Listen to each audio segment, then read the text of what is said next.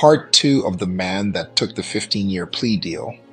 He didn't want to tell the police about his friends, so once the mother gave him the news that his 15-year-old son had just taken the life of the man who killed his son and took advantage of his daughter, he broke down crying because now he felt like he just lost another son.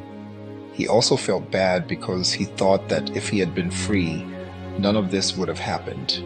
His mother said that his son Josh didn't just take Tim's life that night, he took Tim's son and his own mother's life as well.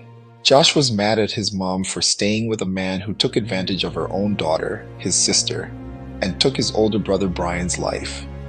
Josh did not know that his mom was very afraid of her boyfriend Tim.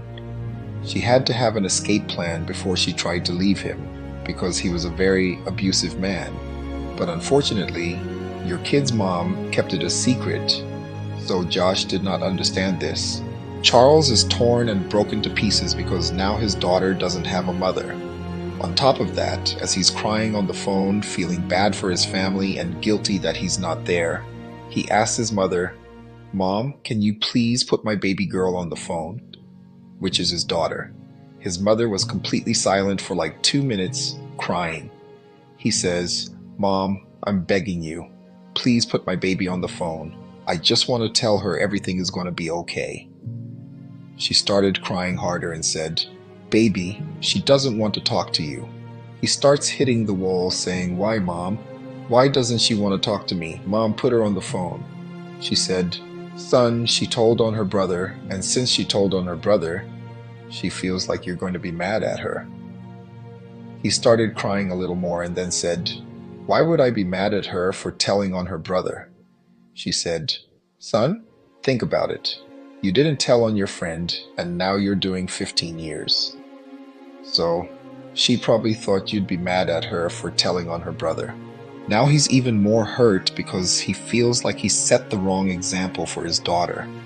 Then, he hears his daughter in the background crying, saying, "Daddy, I had to tell. I didn't know what else to do. Daddy, I'm sorry. Don't hate me, Daddy. Don't hate me." He started saying, "Baby girl, I don't hate you," even though she can't hear him. He kept saying, "Baby, I don't hate you.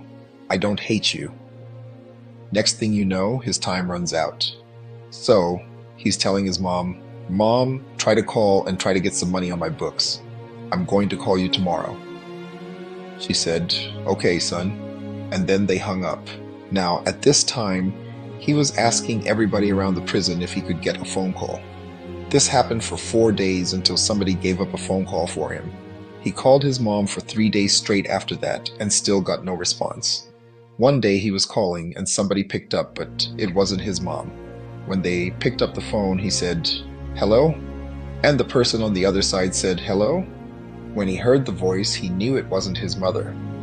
So he said, "Hey, I'm sorry, I don't know who this is, but I'm looking for my mother." An older lady named Gail from her church gave him the bad news. She said, "Young man, I am so sorry your mom passed away 3 days ago from a heart attack.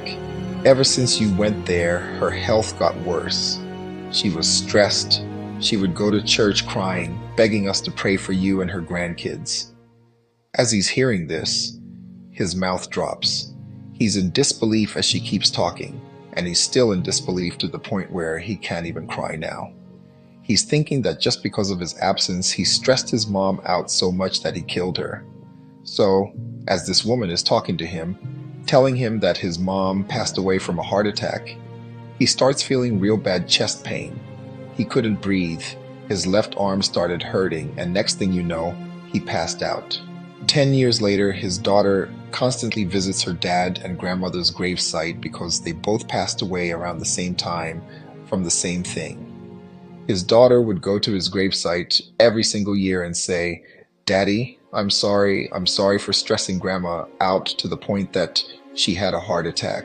Daddy, I hope you forgive me." His daughter thought the reason her grandma and her father passed away was because of her. His son Josh, who's still in prison, would not talk to his sister. He instead would write hate mail to her, saying, "My father would have done 15 years because he didn't snitch on anyone, and you, my blood, reported me to the police, which got me sitting in prison because I tried to protect you." He would also tell her, "Don't go visit my father or my grandma's grave." One day, she got sick and tired of asking her brother for forgiveness, and she took her own life. When her brother got the message, he said, "Tell me where her gravesite is going to be at, because when I get out, I want to make sure I pee on her grave." Comment more story time in the comments below if you want more stories like this. Thank you for watching, and be sure to subscribe for more story times.